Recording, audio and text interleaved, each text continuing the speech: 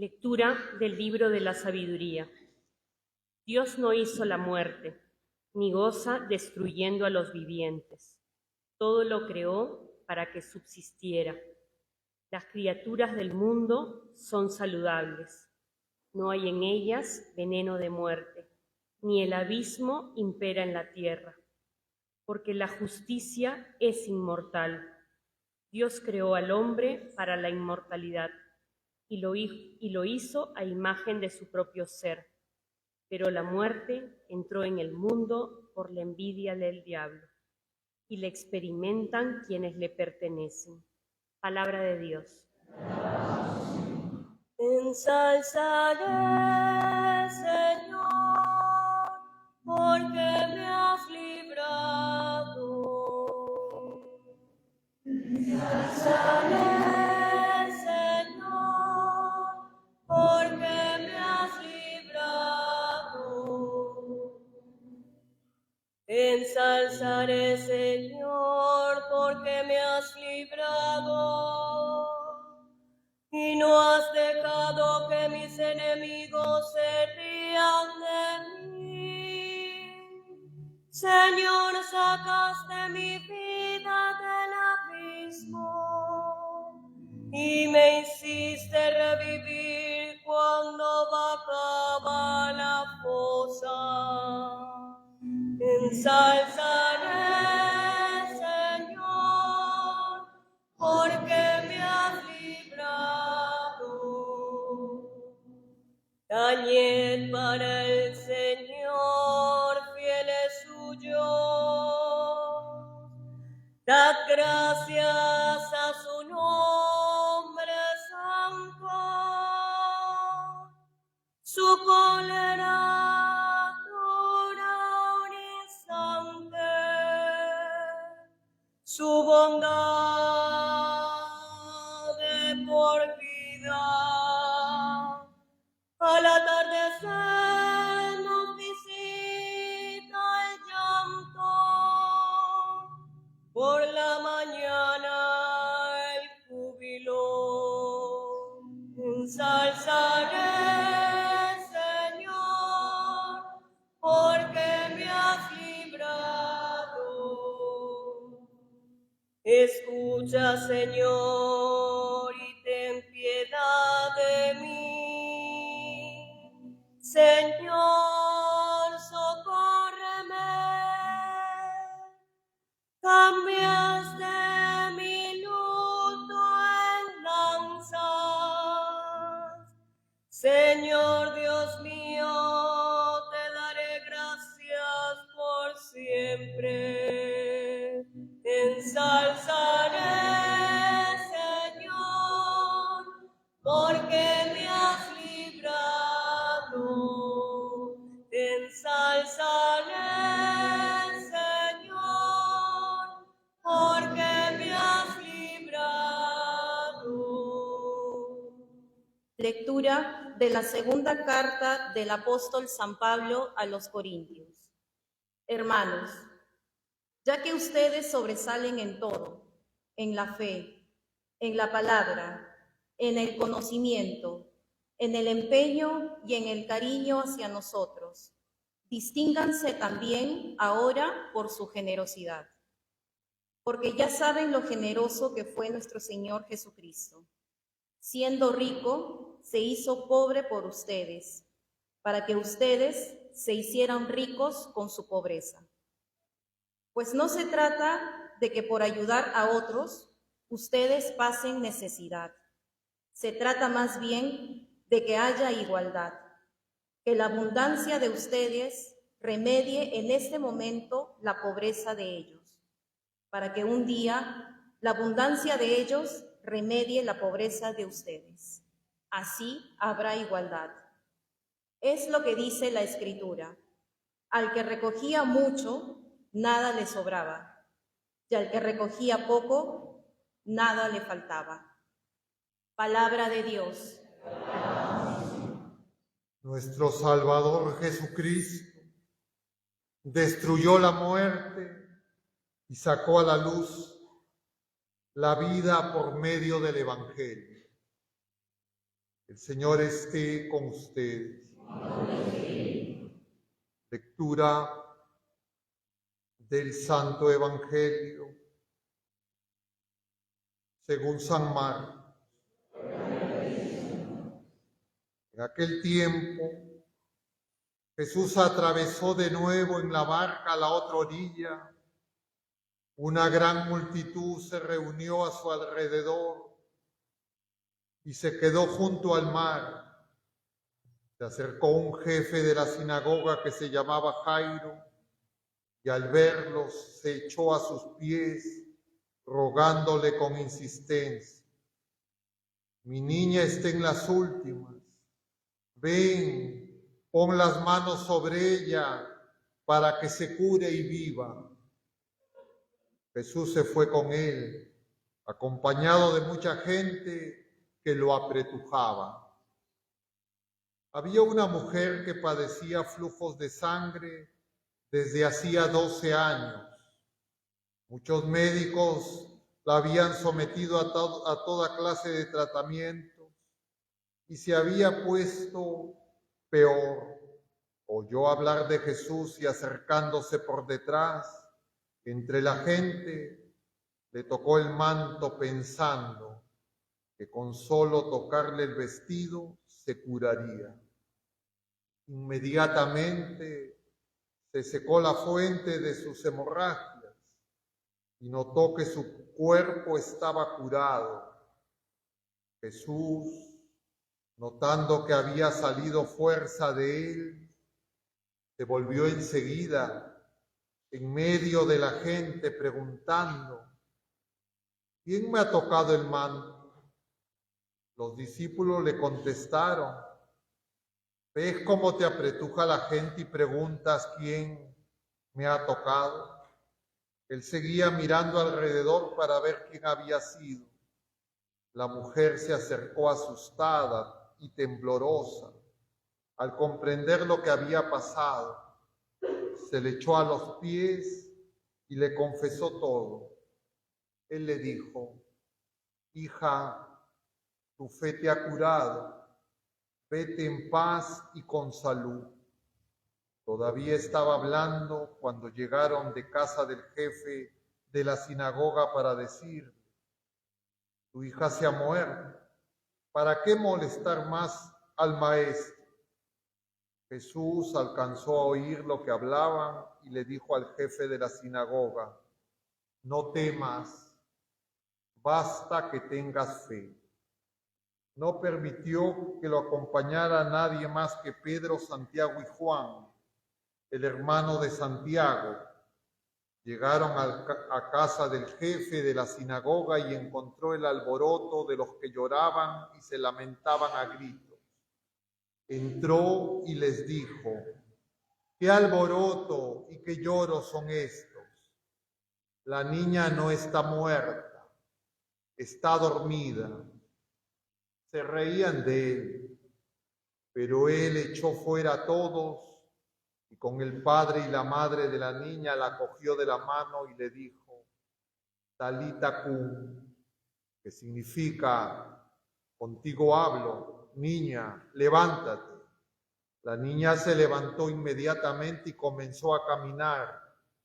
Tenía 12 años y se quedaron totalmente admirados. Les insistió en que nadie se enterase y les dijo que dieran de comer a la niña. Palabra del Señor.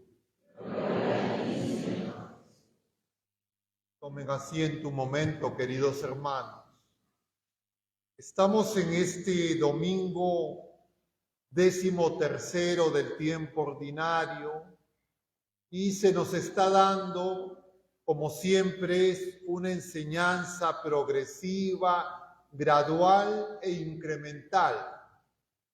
Cada domingo la enseñanza, la relación con Dios tiene que ser más profunda. ¿Qué ocurre frecuentemente con las criaturas humanas? Que nosotros la relación con el Señor es fugaz, ocasional y de esa manera nosotros no crecemos. ¿Se han dado cuenta, niños, de eso? No. ¿O todavía no se han dado cuenta? ¿Los adultos se han dado cuenta de eso o no? ¿O todavía no se han dado cuenta? Solo el Señor sabe. Solo el Señor sabe. Y podríamos encontrar una palabra que nos dé el hilo conductor de la enseñanza de este domingo.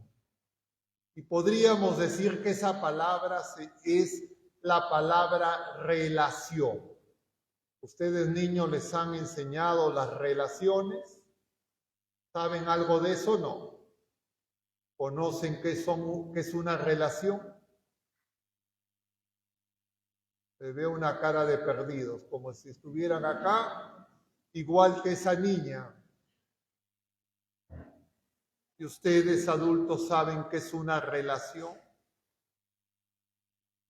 Hoy se nos enseña cuál es la verdadera relación y con quién nosotros tenemos que tener una verdadera relación, y les decía que es incremental. Repasemos brevemente de qué se nos habló hace 2 domingos. Día del Padre, ya perdidos, claro. El Señor habló de que comparaba la relación, el crecimiento en la vida de la fe con un sembrador. Él pone la semilla y la semilla crece mientras que estamos dormidos, ni sabemos cómo, y esa semilla es pequeña como un grano de mostaza y tiene que crecer como un árbol. ¿Se acordaron? Muy bien. Y el domingo pasado, la barca. Están en una misma barca, están juntos con Jesús, y viene una tempestad, un huracán, dice, no cualquier tempestad, terrible, un huracán en una barca. Y con miedo, asustados, le dicen, no te importa lo que nos pasa. Jesús le dice al viento, cállate, y luego a ellos les dice, cobardes, ¿todavía no tienen fe? Ahora estamos dando un paso más.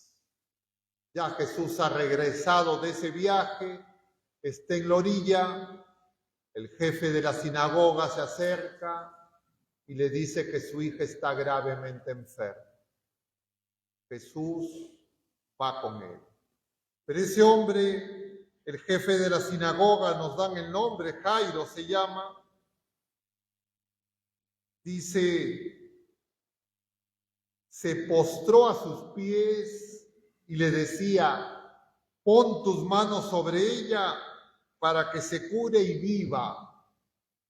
Claro, nosotros escuchamos eso y no sabemos, no entendemos de repente todo lo que se está diciendo ahí, pero lo entendemos mejor o un poco mejor o de repente nada cuando vemos la otra historia. Mientras que va de camino a la casa de Jairo, dice, una mujer tiene hemorragias, 12 años, nadie la ha curado, ha perdido toda su fortuna buscando curación y quiere tocar el manto de Jesús. ¿Qué hay en común entre lo que hace esa mujer y lo que hace el jefe de la sinagoga? Jalados. Es común tienen los dos que están confiando en el Señor, incluso por encima de la ley. Incluso por encima de la ley. ¿Qué decía la ley de Moisés? No los 10 mandamientos. En que las personas impuras no podían entrar en relación con otras criaturas humanas.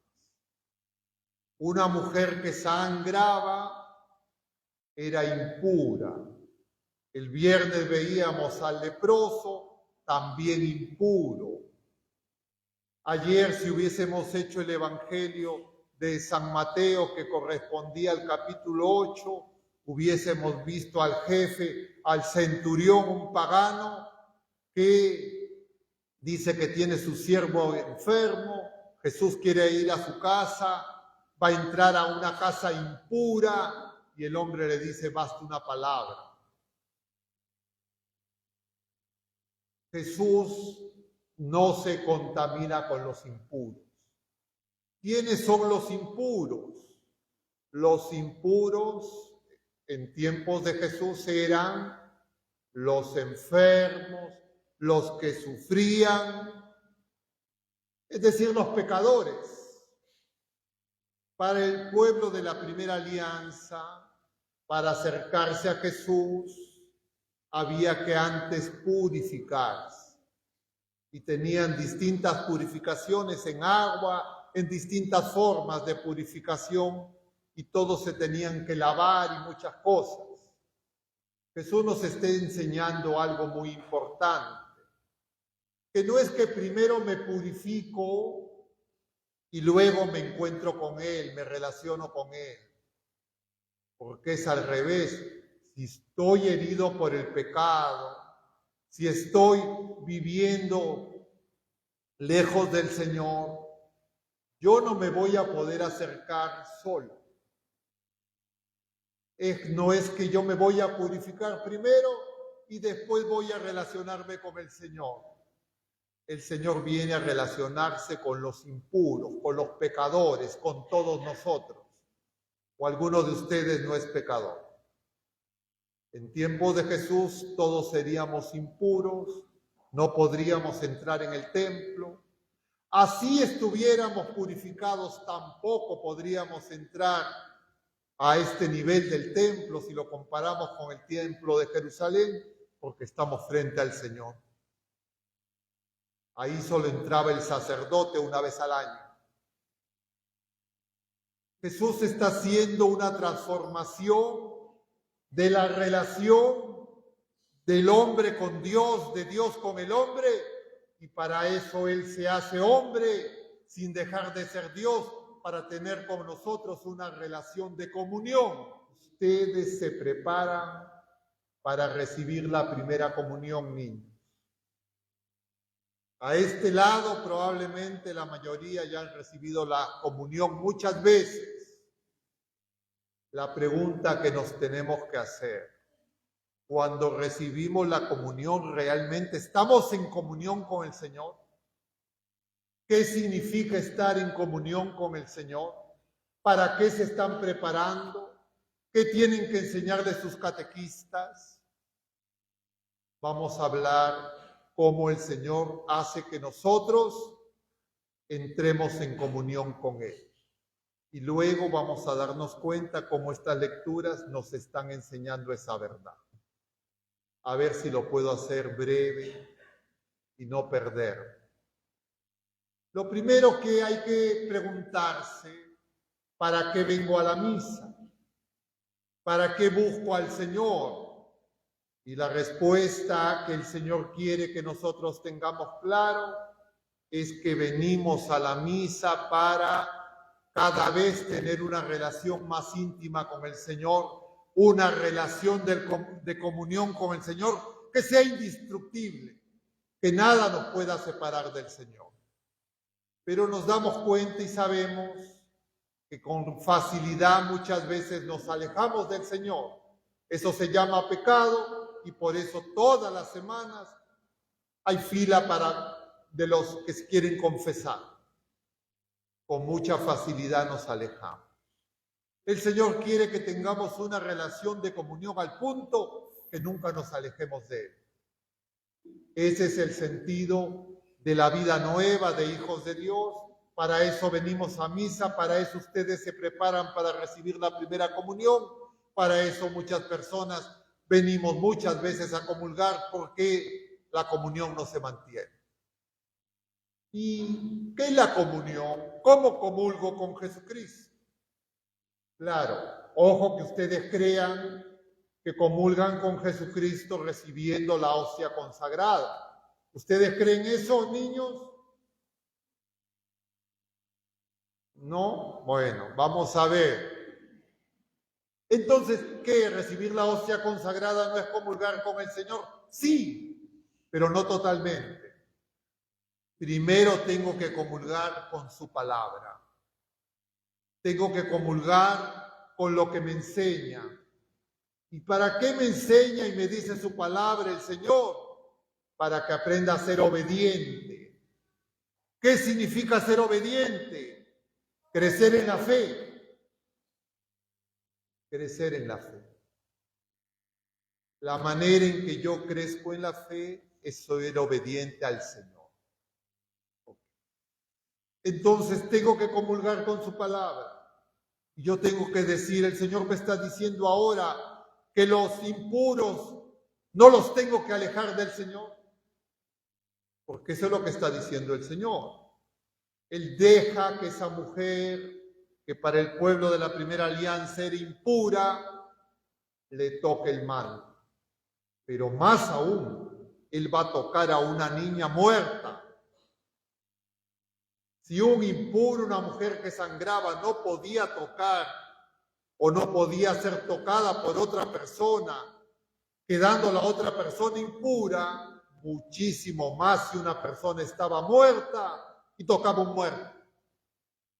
Y Jesús va donde el jefe de la sinagoga y toca a esa niña y le dice, niña, a ti te digo, levántate. Eso ya es figura de la resurrección. La niña va a revivir. Entonces, no hay nada que nos pueda apartar de Dios. Pero hay personas que quieren apartar de Dios a los demás, porque ellos se sienten los puros. Así eran los fariseos, así eran los escribas, así vivían los que en el pueblo de la primera alianza creían que eran los que estaban más cerca del Señor.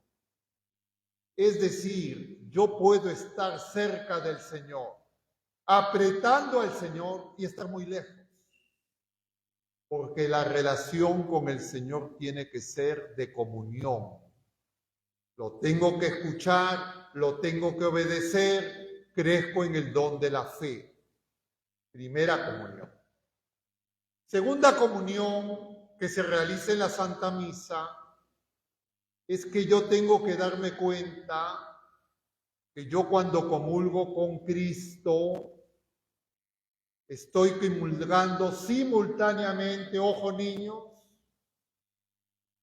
con Cristo nacido de María Virgen, que vivió en Palestina, que creció y que murió en la cruz y resucitó. Él es Cristo cabeza. Jesucristo cabeza nacido de María Virgen. Pero Jesucristo cabeza, que es Cristo que estuvo en la cruz y resucitó, luego de su resurrección está formando Cristo cuerpo, que somos todos nosotros, la humanidad entera. El Señor quiere que todos nosotros seamos su cuerpo. Pero nosotros somos un cuerpo rebelde. No queremos estar unidos a Cristo cabeza. Eso está significado en las enfermedades. Eso está significado en cómo entendía la impureza el pueblo de la primera alianza. Eso está significado en el pecado más grave, que es el pecado que hace que ya me aparte del Señor, figura de la muerte sin Dios. Pero el Señor viene a liberarnos de todo eso. Ni siquiera ese pecado extremo puede evitar que el Señor nos haga revivir, purificar. Es decir, la comunión con Dios la tengo que hacer con Cristo cabeza, pero también con Cristo cuerpo. Con Cristo cuerpo, es decir, con mis hermanos. ¿Quiénes son mis hermanos? Todas las otras criaturas humanas, incluidos los no bautizados. Pero ¿por qué dice eso? Padre, es un hereje, pensará alguno. Porque eso es lo que nos enseña la Iglesia. La Iglesia nos dice que nosotros, los seres humanos, somos creados y en nuestra creación participan nuestros padres, pero también desde el primer instante de que se forma la vida nueva, Dios interviene.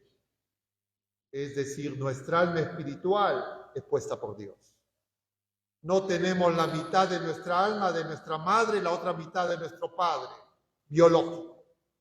Viene por Dios directamente desde el mismo momento de la concepción en todos los seres humanos. Es decir, Dios toca a todos los seres humanos para que tengan en su corazón una apertura a Él, para que en algún momento puedan tener la capacidad de reconocer. Y los impuros, los alejados, necesitan que otras personas los acerquen.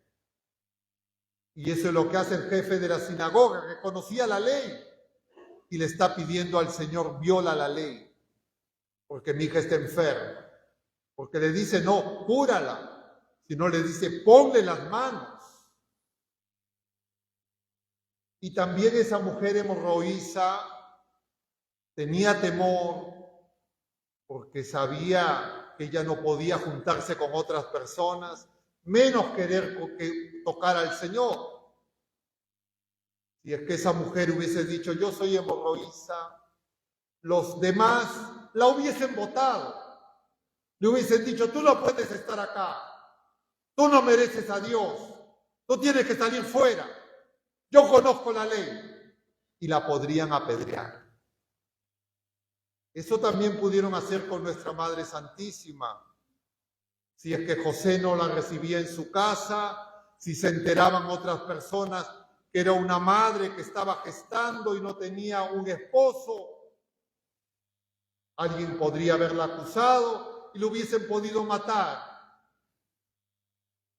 A veces nosotros creemos que sabemos más que Dios y que nosotros somos los que decidimos, como Guachimán, quién se acerca a Dios y quién no se acerca a Dios.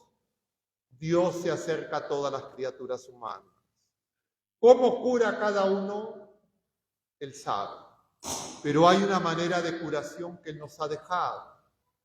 Que empiece en el bautismo, avanza con los sacramentos de iniciación cristiana, en la confesión sacramental, para que poco a poco nosotros seamos uno con Él. Pero para que yo pueda comulgar con Él y ser con Él, uno, como el Padre y Él son uno, yo tengo que crecer en la fe. Y eso le pasó al jefe de la sinagoga mientras que iba de camino hacia su casa. Primero le pide por una enfermedad de la hija. Luego van y le dicen: tu hijo ya está muerta, ya no vale la pena tocarla, no vale la pena que vayas. Está muerta, le dicen. Y Jesús le dice: basta que tengas fe. Tienes que crecer en la fe. Tienes que tener esperanza. Y Jesús entra, se burlan.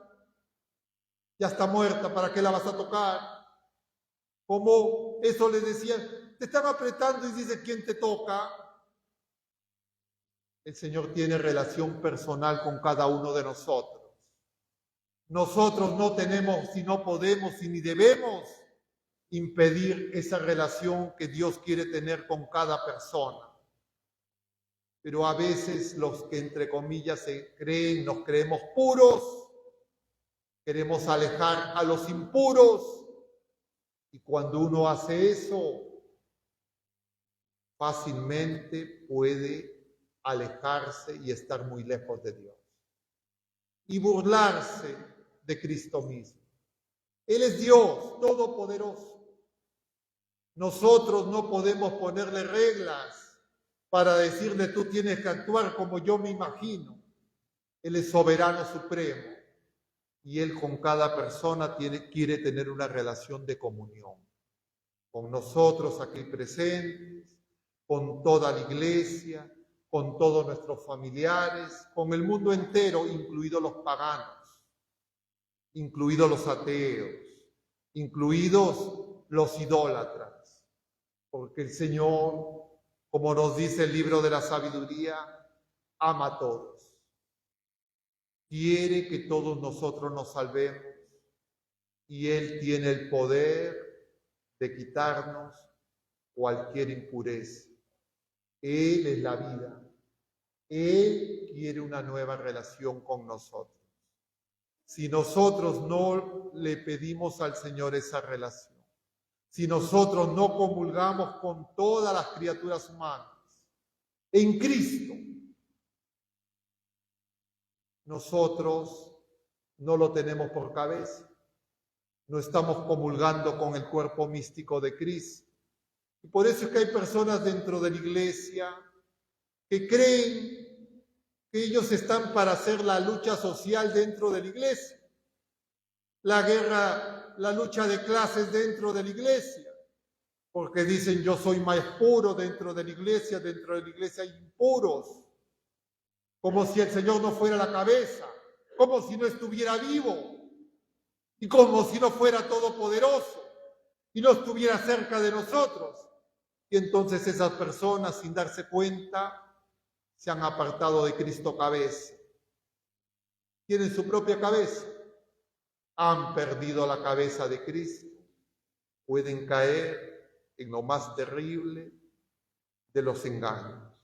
El Señor no quiere eso. Por eso hemos pedido en la oración colecta que el Señor purifique nuestros errores. Eso significa nuestra razón engañada por las ideologías, pero también nuestra fe confundida por las herejías. Para el Señor, sea el error que sea, Él puede curar todo. ¿Creemos eso, niños? ¿Están seguros? Entonces, ¿cómo yo me doy cuenta si creo eso? ¿Ustedes se pelean con sus amiguitos?